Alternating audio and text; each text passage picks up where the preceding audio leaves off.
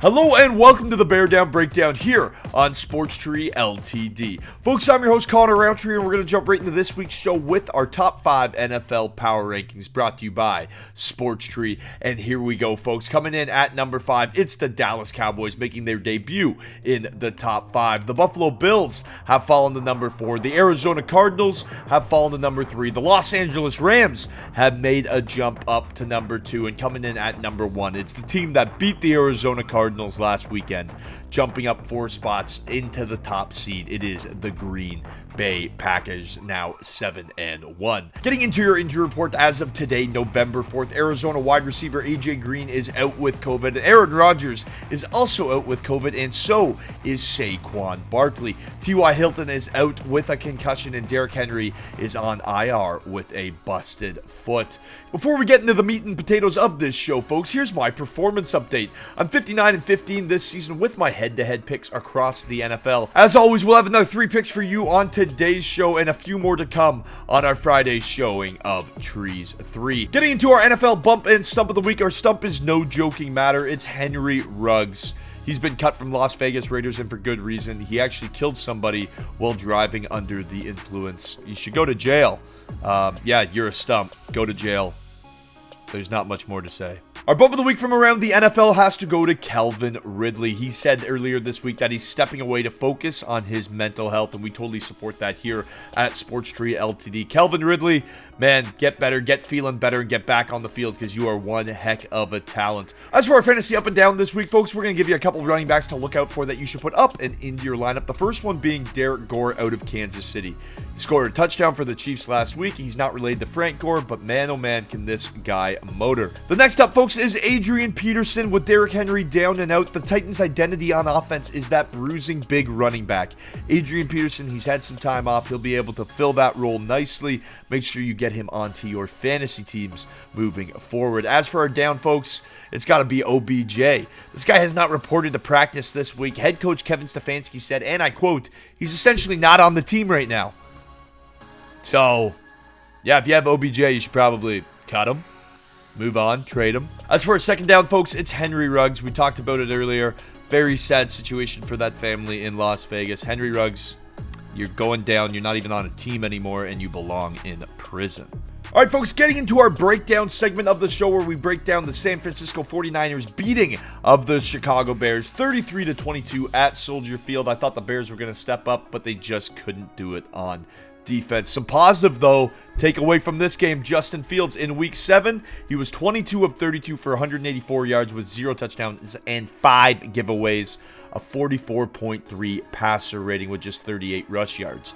In Week 8, he threw for 175 yards, 2 total touchdowns with only 1 giveaway, an 84.6 passer rating and 103 rushing yards, the most rushing yards from a Bears quarterback since the 70s. Summed up, folks, the Bears drove the field and tied the game at 22 on a beautiful play by Justin Fields, getting out of the pocket, using his legs and scrambling, and that's what they're going to need more of on offense.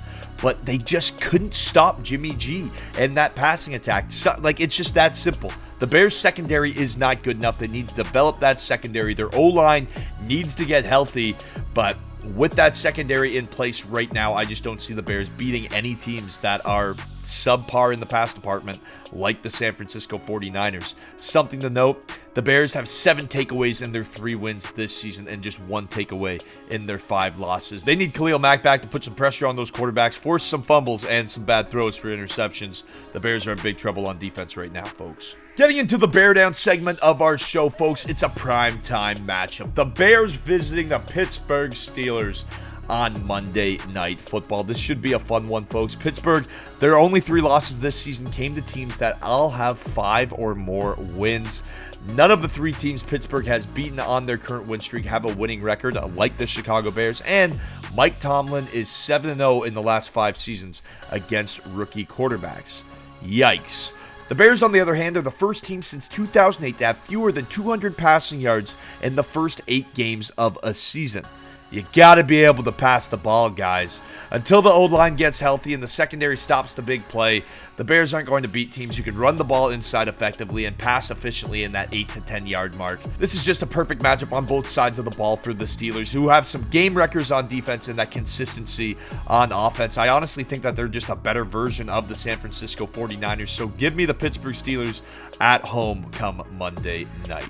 Getting into Thursday Night Football now, folks, it's the Jets visiting the Colts, and the Colts are 3-0 against teams below 500 this season. On top of that, the Colts have a top 10 rush attack, and they should be able to pound the rock to control the clock. On defense, the Colts have the ability to bottle up the Jets and take away Mike White's time and space. DeForest Buckner has 13.5 sacks and 34 QB hits since joining Indianapolis before the 2020 season. Only Aaron Donald has more sacks and QB hits amongst inside defensive linemen in that span. Simply put, the Colts are the better team. I like them to spread the ball out on offense. Carson Wentz has been effective throwing the ball to Taylor. Taylor can rush the ball against this weak Jets defense. I'm not sold on the Jets.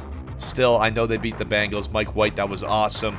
But I have to take the Colts at home come Thursday night. And that gets us into Grizzly Bears picks of the week. While my boy was 0 for 2 last week, he's back for more this week. It goes against some of my picks again.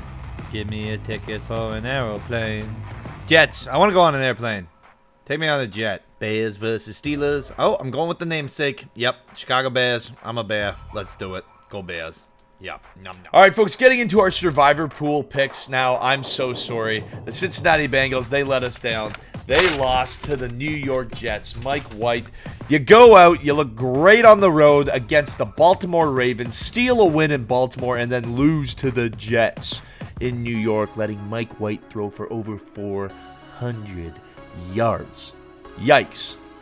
But let's review. In Week 1, I took the Kansas City Chiefs. In Week 2, I took the Denver Broncos. Week 3, it was all about the Raiders. Week 4, it was the Tampa Bay Buccaneers. Week 5, I took the Baltimore Ravens. Week 6, it was the Los Angeles Rams. Week 7 was the Arizona Cardinals. Week 8, it was the Cincinnati Bengals with that loss. But let me tell you this, folks, I'm back, and the pick is in for the Buffalo Bills in Week 9. Josh Allen has a 100-plus passer rating in 5 straight games, the longest streak of his career and the longest single-season streak from any Buffalo quarterback in the history of the franchise. The Bills are 5-0 against teams below 500 this season, and the Jags have allowed 29 points per game this season, the 4th most in the NFL, while the Bills, on the other hand, are leading the NFL, averaging 31.7 points per game. You gotta take the Bills over the Jacksonville Jaguars in Jacksonville. Folks, getting into our trivia question on this week's edition of the Bear Down Breakdown to get you in to win a pair of NFL tickets. Hey, our Season 1 winner already won her pair of tickets. She's going to go see the Bills take on the Patriots on Monday Night Football, and she's jacked up. So make sure you join her for next season in the winner's circle by answering this question. What year was instant replay first used in an NFL regular season game?